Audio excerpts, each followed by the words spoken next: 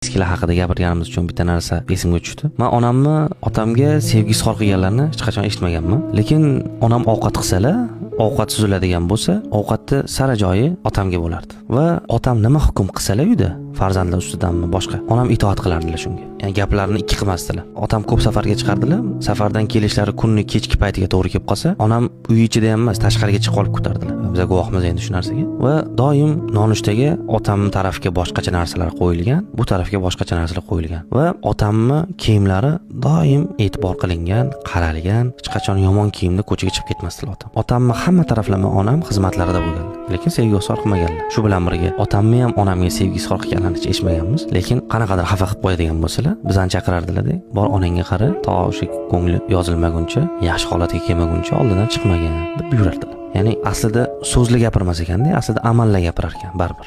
So'zligicha qolar ekan qachonki amal qilinmasa.